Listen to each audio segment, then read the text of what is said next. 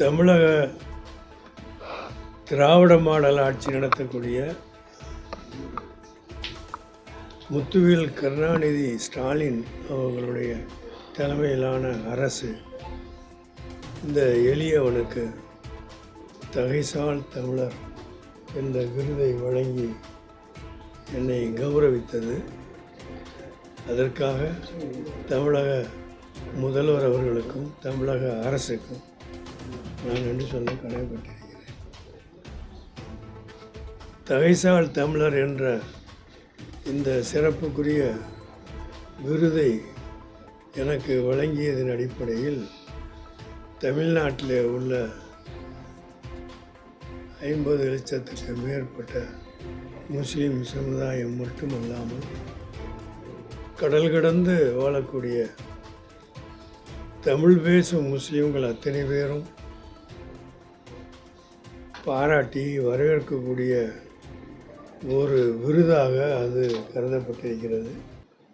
அந்த அடிப்படையிலே தான் தமிழக அரசு எனக்கு வழங்கிய அந்த தகைசால் தமிழர் விருதை வரவேற்று பாராட்டி தமிழ்நாட்டில் மட்டுமல்லாமல் இலங்கை சீமையிலும் துபாய் போன்ற நாடுகளிலும் சவுதி போன்ற இடங்களிலும் இதற்கான வரவேற்பும் பாராட்டும் தெரிவித்து தமிழக அரசுக்கு நன்றி சொல்லக்கூடிய ஒரு நிலை அன்றும் இருந்தது, இன்றும் இருக்கிறது, இது இந்த வாரத்தில் கூட இருக்கிறது. தமிழகத்தில் இன்று பல்வேறு நிகழ்வுகள் தொடர்ந்து நடந்து கொண்டிருக்கின்றன. 2026 நடைபெறக்கூடிய தமிழக சட்டமன்ற தேர்தலை முன்னிறுத்தி தமிழகத்தில் பல்வேறு அரசியல் யூகங்களும் அரசியல் வியூகங்களும் அரசியல் எதிர்பார்ப்புகளும் தொடர்ந்து வந்தவண்ணமாக இருக்கின்றன. இந்த சூழ்நிலையில் தமிழகத்திலே உள்ள திராவிட மாடல் ஆட்சி நடத்தக்கூடிய ஸ்டாலின் அவர்கள் இதுவரை செய்த நல்ல காரியங்கள், மக்களால் ஏற்றுக்கொள்ளப்பட்டிருக்கிற காரியங்கள், குறிப்பாக மக்கள் சமூகத்திலே உள்ள மகளிர் பெருங்கூட்டம் ஏற்றுக்கொண்ட பல்வேறு அரசு திட்டங்கள், வரவேற்றக்கூடிய திட்டங்கள், அதன் மூலமாக வரக்கூடிய 2026 தேர்தலிலும் திராவிட முன்னேற்ற கழக தலைமையிலான இந்த மதச்சார்பற்ற முற்போக்கு கூட்டணி எல்லா விதமான வெற்றிகளையும் பெற்று மீண்டும் ஆட்சியை அமைக்கும் என்ற நம்பிக்கை தான் இருக்கிறது. நாங்கள் அறிந்தவரை இப்பொழுது தமிழகத்தில் பல்வேறு கருத்துக்கள் பரிமாறிக்கொண்டிருக்கின்றன. எதிர்க்கட்சிகளும் உருவாகி இருக்கிறது, புதிய கட்சிகளும் வந்த வண்ணம் இருக்கின்றன.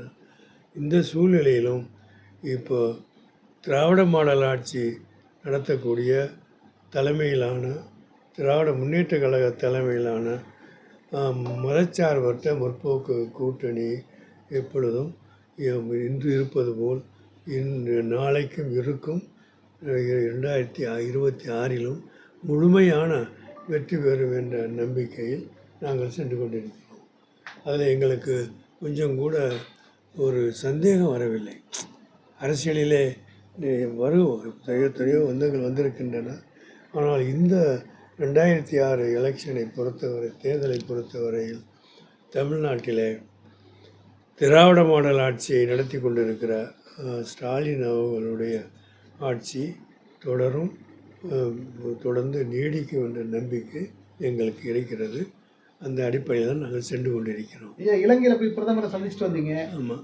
ஏதாவது தமிழக மீனவர்கள் பற்றிய கோரிக்கைகளை முன் வச்சிங்களா? அது ஏதாவது ஒரு பாசிட்டிவான கிடைச்சுதா? இலங்கை பிரதமர் ஹரிணி அவர்களை நாங்கள் சந்தித்தோம். ஒரு மணி நேரம் அவரிடத்தில் தமிழ்நாட்டு மீனவருடைய பிரச்சனையை பற்றி எடுத்து சொன்னோம். 3 விஷயங்களை அந்த அம்மையாரிடத்தில் நாங்கள் சொன்னோம்.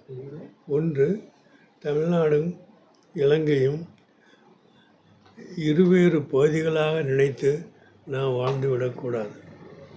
இந்தியாவும் இலங்கையும் ஒரு தாய் மக்கள் என்ற உணர்வோடு தான் நான் இருக்க வேண்டும். இந்த காலத்தில் பிரதமர் வாஜ்பாய் அவர்கள் அடிக்கடி சொல்லுவது, அண்டை நாடுகளாகிய நாம் அண்டை நாடுகளாக எப்போதும் இருக்கக்கூடியவர்கள். நமது அண்டை நாடுகளாக உள்ளவரிடத்தில் பகைமையும் விரோதமும் ஒரு காலத்திலும் இருக்க முடியாது. நாம் அண்டை நாடுகளாக ஒருவருக்கொருவர் விட்டு கொடுத்து வாழ்வோம் என்று சொன்னதை நான் நினைவுபடுத்தினேன். ஆக இந்தியாவுக்கும் ஸ்ரீலங்கைக்கும் உள்ள தொடர்பு வரலாற்று பூர்வமானது மட்டுமல்ல, இது தொடர்ந்து நீடிக்கக்கூடிய ஒன்று. இரண்டு நாடுகளுக்கு இடையிலே உள்ள நல்லெண்ணமும் சுமூகமும் நட்புறவும் தொடர்ந்து நீடிக்கிறது. இந்திய அரசும் பல்வேறு உதவிகளை இலங்கைக்கு செய்து கொண்டிருக்கிறது. அந்த அடிப்படையில் இந்த இரண்டு நாடுகளுக்கு இடையே உள்ள நல்லுறவு இப்பொழுது இருப்பது போல் என்றும் தொடர வேண்டும் என்று நாங்கள் சொன்னோம். அந்த அம்மையார் சரியான கருத்து தான் என்று ஏற்றுக்கொண்டார். ரெண்டாவது, தமிழக மீனவர்கள் பிரச்சனை தொடர்ந்து இன்று நேற்றல்ல தொடர்ந்து நீடித்து கொண்டே இருக்கிறது. இதற்கெல்லாம் ஒரு முடிவு கட்டுகிற வகையில் நீங்கள் ஒரு புதிய திட்டத்தை அமல்படுத்தினால் நன்றாக இருக்கும் என்று இந்த அம்மையாரிடத்திலே நாங்கள் வலியுறுத்தினோம். என்ன அந்த புதிய திட்டம் என்று சொன்னால், தமிழகத்திலே உள்ள மீனவர்களும் இலங்கையில் உள்ள யாழ்ப்பாணத்து மீனவர்களும் தமிழ் பேசக்கூடிய மீனவர்கள் தான். இந்த மீனவர்களுக்கு இடையிலே எத்தனை பிரச்சனைகள் தொடர்ந்து வருவதும், அவருடைய படகுகளை பிடிப்பதும், அரசு சிறையிலே தள்ளுவதும் இப்படி தொடர்ந்து நீடித்து கொண்டிருக்கிற காரணத்தினால இரண்டு நாட்டு குறிப்பாக தமிழ்நாட்டு மீனவர்களும் இலங்கை மீனவர்களுக்கு இடையிலே உள்ள நல்லிணக்கம் குறைந்து கொண்டே போகிறது. இந்த நல்லிணக்கத்தை நீடிக்க செய்யுமாறு இந்த இலங்கை அரசு உட்பட வேண்டும் என்று ஒன்று சொன்னோம். நல்லிணக்கத்துக்கு பாடுபட வேண்டும் என்று ஒன்று சொன்னோம். அந்த அம்மையார் அதை ஏற்றுக்கொண்டார். அதோடு இந்த மீனவர்கள் பிரச்சனையை, இப்பொழுது இருக்கிற இந்த பிரச்சனையை நீங்கள் தயவு செய்து இப்படி யோசித்தால் என்ன என்று நாங்கள் சொன்னோம். இரண்டு நாட்டு மீனவர்களும் அவர்கள் மீன் பிடித்து இதுக்கு அவருடைய வாழ்வாதாரத்தை பெருக்கிக் கொண்டிருக்கிறார். தமிழ்நாட்டில் உள்ள மீனவர்களும் அவங்களுடைய வாழ்வாதாரத்துக்குத்தான் மீன் தொழில் நடத்துகிறார். அதேபோல் இலங்கையில் உள்ள மீனவர்களும் வாழ்வாதாரத்தை வைத்துத்தான் மீனவர்கள் நடந்து கொண்டிருக்கிறார். இந்த இரண்டு நாட்டுடைய, தமிழ்நாட்டுடைய இலங்கை நாட்டுடைய மீனவர்கள் எல்லாம் சேர்ந்து ஒரு தொடர்ந்து இண்டோ ஸ்ரீலங்கா ஃபிஷரிஸ் கார்ப்பரேஷன் என்று நீங்கள் ஒன்று உருவாக்கி கொண்டால், அப்படி கொள்ளும்போது தமிழ்நாட்டு மீனவர்களும் இலங்கை மீனவர்களும் அந்த இண்டோ ஸ்ரீலங்கா ஃபிஷரிஸ் கார்ப்பரேஷன் உறுப்பினர் ஆக்கப்பட்டு அது அந்த கச்சத்தீவையே அதற்கு அடித்தளமாக வைத்து அங்கிருந்து இதை செய்தால் எல்லா பிரச்சனைக்கும் ஒரு முடிவு கட்ட முடியுமா இருக்கும். அதன் மூலமாக இரண்டு நாட்டு மீனவர்களும் வாழ்வாதாரத்தில் எந்த இது செய்ய மாட்டார்களோ அது தொடர்ந்து நீடிக்கும். இந்த ஒற்றுமையாக இருந்து இரண்டு பேரும் மீன் பிடிப்பார்கள். அந்த மீனை உலகம் முழுவதும் விநியோகிப்பார்கள், விற்பனை செய்வார்கள், அதில் பங்கு போட்டுக் கொள்வார்கள். இப்படிப்பட்ட இண்டோ ஸ்ரீலங்கா ஃபிஷரிஸ் கார்ப்பரேஷன் என்ற ஒரு நிறுவனத்தை இரண்டு நாடும் சேர்ந்து உருவாக்கினால் மிக நன்றாக இருக்கும் என்று நாங்கள் அந்த அம்மையாரிடத்தில் நாங்கள் சொன்னோம். அந்த அம்மையார் மிக பொதுவாக கேட்டுக்கொண்டு குறிப்பெடுத்து இறுதியில் அந்த அம்மையார் சொன்னார்கள், நீங்கள் சொன்ன கருத்து ரொம்ப நல்ல கருத்தாக இருக்கிறது. வரக்கூடிய எங்கள் கேபினட் மீட்டிங்கில் இந்த கருத்தை நான் முன்மொழிகிறேன் என்று அந்த அம்மையார் சொல்லிவிட்டு போனார். இதுதான் நாங்கள் போய் வந்த விஷயம். அது எல்லா பத்திரிகையிலும் வந்தது. இப்போ பத்திரிகைக்காக கேட்டபோது நாங்கள் பிரதமரை சந்தித்தோம். பிரதமர் அம்மையார் அவர்கள் ஒரு கோல்டன் லேடியாக இருக்கிறார்கள். கோல்டன் லேடியாக மட்டுமல்ல, golden lady with golden means அப்படின்னு நான் பத்திரிகையில் சொன்னேன். அது எல்லா பத்திரிகையிலும் வந்தது. இப்படி உயர்வாக சொல்லிவிட்டு போயிருக்கிறார். நான் உண்மையை சொன்னேன். அந்த அம்மையார் ஒரு மணி நேரம் நாங்கள் சொன்ன கருத்துக்களை எல்லாம் கேட்டு குறிப்பெடுத்து, இந்த நீங்கள் சொன்ன கருத்து சரியான கருத்தாகத்தான் இருக்கிறது. இரண்டு நாட்டு மீனவ பிரச்சனையை தீர்க்கக்கூடிய ஒரு புதிய ஆலோசனை தான் இது. இதை கேபினெட் மீட்டிங்கில் இதை நாங்கள் வைத்து ஒரு முடிவு செய்வோம் என்று சொன்னாங்க. அதை சொன்னேன். Golden lady with golden means என்று சொல்லிவிட்டு வந்தேன். இதுதான் நடந்தது. இது இந்திய அரசாங்கம் எப்படி ஏற்றுக்கொள்ளும், அவங்களுடைய கவனத்துக்கு எப்படி கொண்டு போகிறீங்க? அதாவது இந்திய அரசுடைய கவனத்துக்கு நாங்கள் கொண்டு போகலை. இப்போ டெல்லியில் சந்தித்த அந்த ஹரிணி அம்மையார் அவர்களே இந்த விஷயத்தை டெல்லியில் உள்ள ஃபாரின் மினிஸ்டர் இடத்துல சொல்லியிருக்கிறார். தமிழ்நாட்டிலிருந்து இப்படி ஒரு டெலிகேஷன் வந்தார்கள், அவர்கள் இந்த கருத்தை சொல்லியிருக்கிறாங்க. அந்த கருத்தை நாங்களும் பரிசீலிப்பதாக சொல்லியிருக்கிறோம் என்று டெல்லியிலே சொன்னதாக பத்திரிகையில் வந்தது. அது எங்களுக்கு உற்சாகமாக இருந்தது. நாங்கள் சொல்வதற்கு முன்னாடியே அந்த அம்மையாரை போய் பிரதமரிடத்திலும் ஃபாரின் மினிஸ்டரிடத்திலும் இந்த கருத்தை பிரதிபலித்திருக்கிறார்கள் என்று பார்க்கும்போது நாங்கள் சொன்னதில் ஏதோ ஒரு நன்மை இருக்கிறதாக நான் நினைக்கிறேன். நிச்சயமாக ஒரு நன்மை ஏற்படும் என்று நான் நம்புகிறேன். தமிழகத்தில் இன்னும் தேர்தலுக்கு இன்னும் 6 மாத காலம் இருக்குது. இப்போ நீங்கள் கூட்டணி இன்னும் தொடருவீங்க. வரக்கூடிய தேர்தலில் எந்தெந்த தொகுதிகள் கேட்குற வாய்ப்பு இருக்குது? திருச்சியில் அதுவும் போட்டியிட்டு இருப்பாங்க. நிச்சயமாக. அதாவது 234 தொகுதிகளில் நான் அந்த காலத்திலிருந்து கலைஞருடைய காலத்திலிருந்து கூட்டணி நாங்கள் தொடர்றோம். இப்போ இருக்கிற கூட்டம் இருந்தாங்களா இல்லையா, நாளைக்கு இருப்பாங்களா இல்லையா, அந்த விவாதம் எங்களுக்கு தெரியாது. நாங்கள் அன்று இருந்தோம், இன்று இருக்கிறோம், நாளைக்கு இருப்போம். இது காரணம் என்னன்னு சொன்னால், திராவிட முன்னேற்ற கழகத்தோட இந்திய முஸ்லீம் லீகை கொண்டு இருக்கிற கூட்டணி என்பது ஒரு கொள்கை ரீதியான கூட்டணி. திராவிட முன்னேற்ற கழகத்துக்கும் இந்திய முஸ்லீம் லீகிற்கும் உள்ள அந்த கூட்டணி என்பது தேர்தல் கூட்டணி என்று நாங்கள் சொல்லுவது கிடையாது, கொள்கை ரீதியான கூட்டணி. அந்த கொள்கை ரீதி என்பது திராவிட கொள்கையிலே உள்ள அடிப்படை கொள்கைகளும் முஸ்லீம்களுடைய இஸ்லாத்துடைய அடிப்படை கொள்கைகளும் சற்றப்ப ஒன்றாக இருக்கிற காரணத்தினாலே நாங்கள் இதை தொடர்றோம் அப்படின்னு நாங்கள் சொல்லிக்கிட்டே வர்றோம். இது புதுசாக நாங்கள் சொல்லலை, தொடர்ந்து சொல்லிக்கிட்டு இருக்கோம். அந்த அடிப்படையில் பார்த்தா கலைஞர் காலத்தில் நாங்கள் கலைஞரிடத்தில் ஒரு முறை அவங்க எல்லா கட்சியும் உங்களோட தான் இருக்கிறோம், திராவிட முன்னேற்ற கழக நண்பர்களும் கட்சியில் இருக்கிறாங்க, இப்போது முஸ்லீம் சமுதாயத்துக்கு நீங்கள் 16 தொகுதிகளை ஒதுக்க வேண்டும் என்று அந்த காலத்தில் நான் சொன்னேன். நான் சொன்னதை ஏற்றுக்கொண்டு ஒரு தேர்தலில் 16 தொகுதி ஒதுக்கினார். முஸ்லீம் லீக்கிற்கு 5 தொகுதியை கொடுத்தாரு. 5 தொகுதியை கொடுத்து விட்டு அடுத்த மனிதநேய மக்கள் கட்சி அந்த கூட்டில் இருந்தாங்க. நான் வெளியூருக்கு போயிட்டு இருக்கும்போது கலைஞரிடத்துல எனக்கு ஃபோன் வந்தது. துரைமுருகன் பேசினார், பேராசிரியர் உங்களுக்கு 5 தொகுதியை கொடுத்ததுனால மனிதநேய மக்கள் கட்சியும் 5 தொகுதி கேட்குறாங்க, என்ன சொல்கிறீங்க அப்படின்னு சொன்னார். நான் காரில் போயிட்டே இருக்கேன், ஏதோ ஒரு ஊருக்கு போயிட்டுருக்கேன். போகும்போது 5 தொகுதியை எங்களுக்கு கொடுத்தது ரொம்ப நன்றி, 5 தொகுதி கொடுத்து 6 தொகுதியை கொடுங்களேன் என்ன இப்போ அப்படின்னு சொன்னேன். அந்த வருஷத்தில் 16 தொகுதி கொடுத்தாரு. 2016 அன்றைக்கி 16 தொகுதி கொடுத்தாரு. அதில் நாங்கள் ஒரே ஒரு தொகுதியில் தான் ஜெயித்தோம், மற்றவங்க யாரும் ஜெயிக்கிறதாக தெரியல.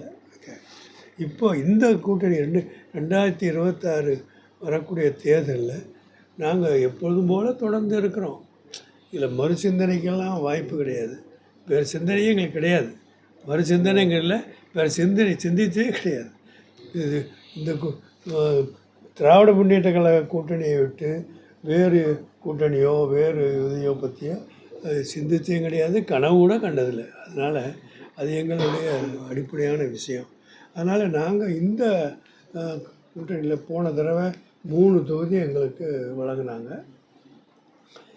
இப்போ பொதுவாக தமிழ்நாடு முழுவதும் உள்ள முஸ்லீம் லீகுடைய நடவடிக்கைகள், முஸ்லீம் லீகுடைய தோழர்களுடைய எதிர்பார்ப்புகள், ஆங்காங்கே வரக்கூடிய தகவல்கள், மாவட்டங்களுடைய தீர்மானங்கள், இதையெல்லாம் வச்சு பார்க்கும்போது தமிழ்நாட்டில் குறைஞ்சது 5 தொகுதியாக முஸ்லீம் லீகிற்கு வர வேண்டும் என்ற பொதுவான கருத்து எங்களுக்கு வந்திருக்கிறது. அதாவது ஏதோ தஞ்சாவூர் ஜில்லாவில் ஒரு தொகுதியும், கடலூர் தொகுதி மாவட்டத்தில் ஒரு தொகுதியும், திருச்சி மாவட்டத்தில் ஒரு தொகுதியும், சென்னை மாவட்டத்தில் உள்ள ஒரு தொகுதியும், திருநெல்வேலி மாவட்டத்துக்குள்ள ஒரு தொகுதியும், 5 தொகுதி, வேலூர் தொகுதி 5 தொகுதி, 6 தொகுதி வைப்போம்.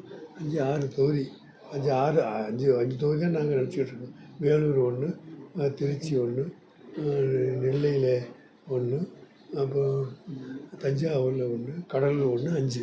இந்த 5 தொகுதி தான் நாங்கள் யோசனை பண்ணிகிட்ருக்கோம். இதை பொதுவாக அங்கங்கே நம்ம மாவட்ட முஸ்லீம் லீகில் உள்ளவர்களும் தீர்மானங்களாக போட்டு பத்திரிகைகளையும் கொடுத்துருக்குறாங்க. நீங்களே அதை வெளியிட்ருக்கீங்க. ஆக மினிமம் 5 தொகுதியாக எங்களுக்கு வேண்டும் என்ற ஒரு கோரிக்கை நாங்கள் வைக்கலான்னு இருக்கோம். அதை கொடுக்குற இடத்துல திராவிட முன்னேற்ற கழகம் இருக்குது, கேட்குற இடத்துல நாங்கள் இருக்கோம். கொடுக்குற இடத்துல அவங்க கொடுக்கும்போது கேட்குற இடத்துல உள்ள நாங்கள் நிச்சயமாக அதை ஏற்றுக்கொள்வோம். எங்களுக்கு இடையில் எந்த பிரச்சனையும் வராது. நாங்கள் கேட்பதை கொடுப்பார்கள், சில நேரங்களில் கேட்காதையும் கொடுப்பார்கள் என்ற நம்பிக்கை எங்களுக்கு இருக்கிறது. அந்த அடிப்படையில் கலைஞர் காலத்தில் நாங்கள் சொன்ன 16 தொகுதி முஸ்லீம் சமுதாயத்துக்கு கொடுங்கள் என்று சொன்ன அடிப்படையில் இந்தியன் முஸ்லீம் லீக்கை பொறுத்தவரையில் மினிமம் 5 தொகுதியாக கொடுங்கள் என்ற ஒரு கோரிக்கையை பொதுவாக தமிழ்நாடு முழுவதும் உள்ள நிலைமை இன்று இருக்கிறது. அதனை பிரதிபலிக்கக்கூடியவைகள் தான் நீங்கள் சொல்லிக் கொண்டிருக்கிறோம். கேரளாவில் இப்போ இந்த பிஎம்சி நிதி ஒதுக்கிறதுனால 2 கம்யூனிஸ்டுகளுமே ஒரு கசப்பு ஒரு வாதம் ஏற்பட்டிருக்கு. தெரிஞ்ச தமிழ்நாட்டில் தொடர்ந்து அதை இது பண்ணுறாங்க. இப்போ கேரளாவில் பாரதிய ஜனதா கட்சி அங்கே இது பண்ணுறாங்க. இது எப்படி பார்க்க? தமிழ்நாடை பொறுத்த வரைக்கும் இந்த பிரைம் மினிஸ்டர் ஸ்திரீ அந்த ஏற்றுக்கொள்ள வேண்டுமானால் நேஷ்னல் எஜுகேஷன் பாலிசி ஏற்றுக்கொள்ளணும் ஒரு கண்டிஷனை போட்டிருக்காங்க. தமிழ்நாடு அரசு மிக தெளிவாக சொல்லிவிட்டது. தேசிய பாரதிய ஜனதா கட்சி கொண்டு வந்திருக்கிற நேஷ்னல் எஜுகேஷன் பாலிசியை ஏற்றுக்கொள்ள முடியாது. அந்த அடிப்படையில் ஏற்றுக்கொண்டால் தமிழ்நாட்டில் பாரம்பரியமாக பின்பற்ற வந்திருக்கிற எஜுகேஷன் பாலிசி, கல்விக் கொள்கை அடிபட்டு போகும். நம்ம தமிழ்நாட்டில் உள்ள கல்விக் கொள்கை ஊருக்கு தெரிஞ்சது. தமிழும் ஆங்கிலமும் இருக்கிறது மாதிரி இந்த நாட்டில் உள்ள சட்டத்திட்டங்களின் அடிப்படையில் 1ஆம் கிளாஸு, 5ஆம் கிளாஸு, 8ஆம் கிளாஸு என்று லைனாக பரீட்சையாக வைக்கிற அதுக்கெல்லாம் தமிழ்நாடு உடன்படாது என்ற தெளிவாக நம்ம சொல்லியிருக்கோம். தமிழ்நாட்டு அரசு மிக தெளிவாக சொல்லியிருக்கிறது. நேஷ்னல் எஜுகேஷன் பாலிசி நம்ம உடன்படலை, அதில் உள்ள திட்டங்கள் நாம் ஏற்றுக்கொள்ளவில்லை. அந்த அடிப்படையில் கேரளாவில் அங்கே சொல்லுகிறாய் சொன்னால் அங்கே உள்ள பாலிசி அது. இங்கே தமிழ்நாடு அது ஒரு காலமும் ஏற்றுக்கொள்ள மாட்டா என்பதுதான் அவர் முதல்வர் சொல்லியிருக்கிறார், கல்வித்துறை அமைச்சரும் சொல்லியிருக்கிறார், மிக தெளிவாக சொல்லியிருக்கிறார். பத்திரிகைகளை நீங்கள் தான் எல்லாம் வெளியிட்றீங்க. நேஷ்னல் எஜுகேஷன் பாலிசியில் சொல்லப்படக்கூடிய அந்த திட்டங்கள் எல்லாம் எங்களுக்கு பொருந்தாது. 3ஆம் கிளாஸில் ஒரு டெஸ்ட்டு, 5ஆம் கிளாஸில் ஒரு டெஸ்ட்டு, 8ஆம் கிளாஸில் ஒரு டெஸ்ட்டு, இதே டெஸ்ட்டு வச்சு அதில் பாஸ் பண்ணுறவன் யார், ஃபெயிலாக போகிறவன் யார் அப்படி இந்த நாட்டில் கிடையாது அப்படின்னு மிக தெளிவாக சொல்லியிருக்கிறாங்க. ஆக நேஷ்னல் எஜுகேஷன் பாலிசியில் ஒரு விஷயம் தயவுசெய்து நீங்கள் யோசிக்க வேண்டியது, எழுத வேண்டியது, இந்த ஜிஎஸ்டி பிரச்சனை வந்த உடனே சமீபத்தில் போன மாதம் ஜிஎஸ்டி பிரச்சனையில் எல்லா மாநில நிதி மந்திரிகளையும் கூப்பிட்டு என்னென்ன மாற்றங்கள் செய்யலாம், இல்லை திருத்தங்கள் செய்யலாம் அப்படின்னு ஆலோசனை கேட்டாங்க. ஆலோசனை கேட்டு அதில் பல மாற்றங்கள் பண்ணியிருக்கிறாங்க. அந்த மாற்றங்களினால் எல்லா மாநிலத்துக்கும் நல்லது நடந்திருக்கிறது, வரவேற்றும் கொண்டிருக்கிறாங்க இல்லையா? இப்போது ஒரு நேஷ்னல் பாலிசி ஜிஎஸ்டிங்கிறது ஒரு வரி கொள்கை, அதனை நடைமுறைப்படுத்தும் போது எல்லா மாநில நிதி அமைச்சர்களையும் கூப்பிட்டு ஆலோசனை கேட்டு அவர் சொல்லக்கூடிய ஆலோசனையில் இந்த ஜிஎஸ்டியை வெளிப்படுத்தி இருக்கிறாங்க. அதன் மூலமாக நாடு இப்பொழுது வரவேற்றிருக்கிறது என்பது எல்லோரும் தெரிய விஷயம். இதில் செய்யக்கூடிய இந்த முறையை கல்வித்துறையில் ஏன் இதுவரை செய்யவில்லை என்று தான் கேள்வி. கல்விக் கொள்கையை நீங்களாக ஒன்று வகுத்துக்கொண்டு, நீங்களாக ஒரு திட்டத்தை தீக்கிக் கொண்டு, நீங்களாக ஒரு கற்பனை செய்து கொண்டு நாட்டில் எப்படி கல்வி இருக்கிறது என்பதையே கணக்கில் எடுக்காமல் அப்படி செய்யும்போது எல்லா மாநிலங்களையும் எதிர்ப்பு வரும். தமிழ்நாடு அது மிக தெளிவாக இருக்குது.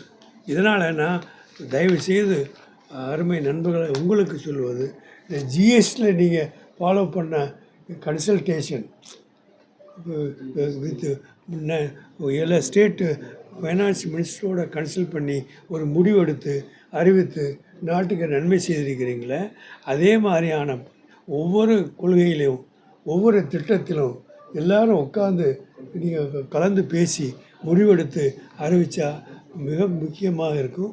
நாடு வரவேற்கும், இது பிரச்சனையே வராது. அந்த மாதிரியான கொள்கையை வருங்காலத்திலாவது அரசு செய்ய வேண்டும் என்று நான் அன்போடு கேட்டுக்கொள்கிறேன்.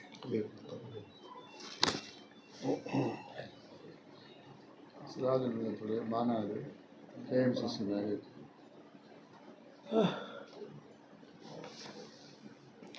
வருகிற 26ஆம் தேதி சென்னையில் அனைத்து கட்சி தலைவர்களையும் கூப்பிட்டு இந்த மறைந்த தலைவர் அப்துல் சமது, சிராஜ் மில்லத் அப்துல் சமது, சந்தன தமிழறிஞர்னு பேர் அவர், மேடையில் வீசிய மெல்லிய பூங்காற்றுன்னு கலைஞர் வர்ணித்தவர். அவருக்கு அப்படி நூற்றாண்டு விழா நடத்துகிறோம். அந்த நூற்றாண்டு விழாவில் எல்லா கட்சி தலைவர்களையும் அழைத்து 26ஆம் தேதி நம்ம பெரியார் திடலில் நடத்துகிறோம். அதில் எல்லாரும் கலந்துக்கொள்ள வேண்டும் கேட்டுக்கொண்டிருக்கோம். அடுத்து டிசம்பர் 28ஆம் தேதி கும்பகோணத்தில் தமிழ்நாட்டில் உள்ள 8000 மஹல்லா ஜமாத்துகள்னு இருக்குது. அதாவது 8000 மஹல்லா ஜமாத்துகள்னால் இங்கே பள்ளியாசு இருக்குது. இந்த பள்ளியாசில் ஒட்டி ஒரு முஸ்லீம்கள் இருப்பாங்க. அதுக்கு பேர் தான் மஹல்லான்னு பேர். இந்த காஜா நகர் பள்ளிவாசல், இந்த காஜா நகர் ஒட்டி ஒரு 500 பேர் குடும்பம், இது எல்லாம் சேர்ந்து ஒரு மஹல்லா ஜமாத்துன்னு பேர். இது மாதிரி தமிழ்நாட்டில் 8000 மஹல்லா ஜமாத்துகள் இருக்குது. இந்த 8000 மஹல்லா ஜமாத்துகளுடைய நிர்வாகிகளையும் ஒன்று திரட்டி ஒருங்கிணைச்சு நாங்கள் தொடர்ந்து பல மாநாடு நடத்தி கொண்டே வந்திருக்கிறோம். அந்த 28ஆம் தேதி டிசம்பர் 28ஆம் தேதி கும்பகோணத்தில் இந்த 8000 மஹல்லா ஜமாத்து ஒருங்கிணைப்பு மாநாட்டை நடத்துவதற்கான முடிவு செஞ்சுருக்கோம். அதுக்கு சிஎம்ஏ கூப்பிட்ருக்கோம். அவர் இன்னும் எங்களுக்கு தேதி கொடுக்கல. அதை நிச்சயமாக கொடுப்பார் நம்பிக்கை. அடுத்த வாரம் அங்கே போய் நிச்சயமாக செய்வோம். அது 28ஆம் தேதி நடக்கக்கூடிய முக்கியமானது. அடுத்து ஜனவரி 8ஆம் தேதி வரக்கூடிய ஜனவரி 8ஆம் தேதி உங்களுக்கெல்லாம் தெரியும், இந்த தமிழ்நாட்டில் கேரளாவில் உள்ள கேஎம்சிசி, கேரளா முஸ்லீம் கல்ச்சரல் சென்டர்னு கேஎம்சிசி வச்சுக்கிறாங்க. அவங்க சார்பாக 4-5 வருஷத்துக்கு முன்னாடி 100 கல்யாணம் ஃப்ரீயாக பண்ணாங்க. அது 100 கல்யாணம். இங்கே அதே மாதிரி கேஎம்சி சார்பாக திருச்சி மாவட்டத்தில் மாஸ் மேரேஜ் நடத்துகிறாங்க. 8ஆம் தேதி ஜனவரி 8ஆம் தேதி mass marriage KMC all India KMC சார்பாக நடத்துகிறாங்க. அந்த ஆல் இண்டியா கேஎம்சிசி நடத்தக்கூடிய இந்த மாஸ் மேரேஜ் 30 மேரேஜ் நடத்துகிறாங்க. அதில் முஸ்லீம்கள் இருப்பாங்க, கிறிஸ்தவங்க இருப்பாங்க, இந்து சமுதாயத்தில் இருப்பாங்க. அதையெல்லாம் இந்த மேரேஜுக்கு பெண்ணு மாப்பிள்ளையை தேர்ந்தெடுக்கிற பொறுப்பை இந்த மாவட்ட முஸ்லீம் லீகிற்கு கொடுத்துருக்குறாங்க. இந்த மாவட்ட முஸ்லீம் லீகில் உள்ள நண்பர்கள் இந்த 30 இதையும் உங்களுக்கு தெரிஞ்சவங்க இருந்தால் கூட நீங்கள் சொல்லலாம். யாராவது ஏழை எளியவராக இருந்தால் அவங்களுக்கான மேரேஜ் செய்வாங்க. எல்லா மத பிரச்சனை கிடையாது. ஏழை எளியவங்க அதுதான் அவங்களுக்கு அவங்களுடைய ஆணுக்கும் பெண்ணுக்கும் உள்ள சீர்வரிசைகள், அவங்க நகை நட்டுகள் எல்லாத்தையும் போட்டு ஒரு 4-5 லட்ச ரூபா அளவுக்கு ஒவ்வொரு குடும்பத்துக்கும் செய்கிறாங்க. அதை அந்த மாதிரியான 30 மேரேஜ் செய்ய வேண்டிய பொறுப்பு, அதுக்கான மாப்பிள்ளை பொண்ணை தேர்ந்தெடுக்கக்கூடிய பொறுப்பு திருச்சி மாவட்டம் முஸ்லீம் லீக் கொடுத்துருக்குறாங்க. ஆக இங்கே உள்ளவங்க அதை செஞ்சுருக்காங்க. உங்கள் சார்பாக யாராவது இருந்தால் கூட அவங்க தெரிஞ்ச ஏழை எளியவங்க திருமணம் பண்ணணுன்னு சொன்னால் ஆணும் பெண்ணும் ரெடியாக இருந்தாங்கன்னா அவங்க சொன்னால் அதுக்கான ஏற்பாடை நிச்சயமாக பண்ணுவாங்க. அது இதான் நடந்துக்கிட்டு இருக்கு. 2026 தேர்தலில் எத்தனை மணி போட்டி இருக்குன்னு சொல்லி நினைக்கிறீங்க? பலர் வந்து புதுசாக வந்து தேர்தலில் கலந்து காண வராங்க. முதல் விஷயம், திராவிட மாடல் ஆட்சி நடத்தக்கூடிய ஸ்டாலின் அவர்களுடைய தலைமையிலான திமுக தலைமையிலான மதச்சார்பற்ற முற்போக்கு கூட்டணி ஸ்ட்ராங்காக இருக்குது, வலிமையாக இருக்குது. அது நிச்சயமாக போட்டியிடும். அது போட்டியிட்டு வெற்றி பெறும் அப்படி நம்பிக்கை எங்களுக்கு இருக்குது. அடுத்து எதிர்கட்சி அண்ணா திராவிட முன்னேற்ற கழகமும் இப்போ பாரதிய ஜனதா கட்சியை சேர்ந்துருக்காங்க. இந்த 2 கட்சியோட இப்போ தமிழ்நாடு வெற்றி கழகம் அவர்கள் சேருவாங்க என்ற இப்போ பொதுவான பேச்சு வந்து கொண்டே இருக்குது. பத்திரிகையிலையும் வருது, ஊடகத்திலையும் வந்துருக்கு. அதாவது அண்ணா திராவிட முன்னேற்ற கழகம், பாரதிய ஜனதா கட்சி, தமிழ்நாடு வெற்றி கழகம் அப்படி சேர்ந்து நிற்காங்கிற அடிக்கடி பத்திரிக்கையில் வந்து ஊடகத்தில் கருத்துக்கள் வந்துக்கிட்டே இருக்கு. அது வரப்போதா இல்லையா நமக்கு தெரியாது. ஆக அது ஒரு அது மாதிரி சீமானவர்கள் தனியாகவே நிற்பேன் அப்படின்னு இப்போவே சில தொகுதிக்கு வேட்பாளர் அறிவிச்சிருக்கிறார். ஆக அவங்களுடைய இது தமிழ்நாட்டில் இது 3 அணியாக இருக்கும் போல தெரியுது. போகிற போக்கு பார்த்தா 3 அணி தான் இருக்குங்கிறது தெரியுது. இந்த மறுமலர்ச்சி அண்ணா திராவிட முன்னேற்ற கழகமும் பிஜேபியும் முன்னாடி வந்துட்டாங்க. அதோடு சேர போகிறது இவருக்கு சேர போகிறாரா இல்லையாங்கிறது தெரியல. அப்படி சேர்ந்தால் இது திராவிட முன்னேற்ற கழகம் மதச்சார்பு முற்போக்கு கூட்டணி, அதில் எந்த மாற்றம் இருக்கிற மாதிரி தெரியல. இதில் உள்ளவங்க அப்படியே இருக்கிறாங்க, எந்த மாற்றமும் இல்லை. அந்த நிலைமை தொடர்ந்து நீடிக்குங்கிறதான் நாங்கள் நம்புகிறோம். அதே மாதிரி அண்ணா திராவிட முன்னேற்ற கழகம், பாரதிய ஜனதா கட்சி அவங்களோட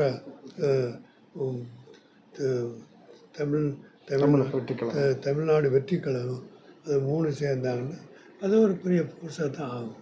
அதை ஏற்று நிற்கிறாங்க. நிச்சயமாக ஃபைட்டு கடுமையாக தான் இருக்கும். ஏன்னா எல்லாம் ஒன்று சேர்ந்தாங்கன்னா ஒன்று தான் இருக்கலாம். அது மாதிரி வேறு சீமானுங்களே அவர் தனியாக நிற்கிறாரு. அவர் நேற்றே முந்தாலும் கூட சில தொகுதிகளுக்கு வேட்பாளர் அறிவிச்சிட்டு வர்றாரு. அவர் தனியாக தான் நிற்பார் போல. ஆக காலங்கள் தான் பதில் சொல்லும். அரசியல் இருக்குமா திமுக கூட்டணி? அவங்க 3 பேர் ஒன்று சேர்ந்தா திமுக கூட்டணி பெரிய சவாலாக இருக்கும்னு நினைக்கிறீங்களா? தேர்தலே சவால் தானே, தேர்தலே ஒரு சவால் தான். அதாவது கூட்டணியில் அதிகமாக சேரும்போது சவாலாக தானே இருக்கும். உங்கள் இது தமிழ்நாடு வெற்றி கழகம் சொல்கிறாங்கல்ல, அது இது வரைக்கும் எலெக்ஷனில் நிற்கலை. அதாவது அவருக்கு நிறையா கூட்டங்கள் சேருது, அது வேறு விஷயம். இப்போ கரூரில் நடந்த சம்பவம் தெரியும். கூட்டங்களை வச்சு அரசியலில் எந்த முடிவும் சொல்ல முடியாது. அதாவது அந்த காலத்தில் சொல்லுவாங்கள்ல, கலைஞர் காலத்துலேயும் அண்ணா காலத்துலேயும் காமராஜர் காலத்துலேயும் பல காலங்களில் கூட்டங்கள் நிறைய சேர்ந்துருக்காங்க.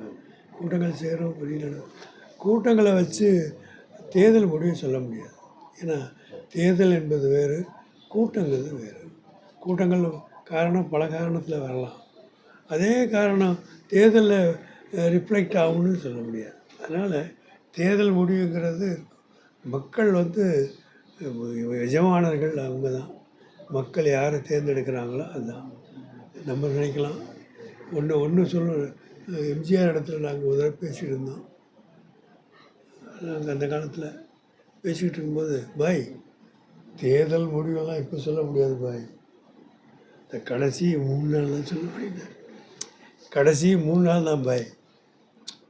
கடைசி 3 அதாவது தேர்தல் இது ஓய்வு பாருங்க, அந்த பிரச்சாரம் ஓய்வு, அந்த நாள் அந்த 3 நாள் தான் பாய் தேர்தலை நிர்ணயிக்கிறது. இப்போ ஏன் போய் நிர்ணயிக்கிறேன் அப்படி சொன்னது மாதிரியே என்னுடைய வாழ்க்கை நடந்தது. அவங்க கணக்கு கரெக்டாக இருந்துச்சு. அது பாய் ஏன் பாய் இப்போ முன்னாடி பேசிக்கிட்டு இருக்கீங்க, முடிவு செய்கிற அந்த 3 நாள் தான் பாய். அதனால் எது நடக்கும், ஆண்டவன் விரும்பினவனுக்கு ஆட்சியை கொடுப்பான், விரும்பினவனுக்கு ஆட்சியை பிடிங்கிறவான்னு தத்துவங்கள் சொல்லுவாங்க. அது ஆன்மீக தத்துவம். நம்புகிறாங்களா இல்லையா, நான் நம்புகிறேன். இறைவன் நாடியது நடக்கும். அதனால் அரசியலில் 1000 நடக்க தான் போகுது. வரங்கள் அரசியலே ஒரு சவால் தானே பிரதர். இது எங்களை பொறுத்த வரைக்கும் திராவிட மாடல் ஆட்சி நடத்தக்கூடிய ஸ்டாலினுடைய ஆட்சி மக்களால் வரவேற்கக்கூடிய ஒரு ஆட்சியாக இருக்கிறது என்று நம்ம நம்புகிறோம். இப்போ பெரும்பாலான மக்கள் அதை ஏற்றுக்கிறாங்க. வெற்றியை நிச்சயமாக தேடி தருவாங்க நம்பிக்கை எங்களுக்கு இருக்குது. இது வந்து யூகம் கிடையாது, என் நம்பிக்கை. ஏன்னா இது இப்போ நாட்டில் எங்களுக்கு வந்து செய்திகளை வச்சு சொல்கிறேன். பத்திரிகையில் நீங்கள் எழுதுறீங்க, எல்லாம் பண்ணுறீங்க.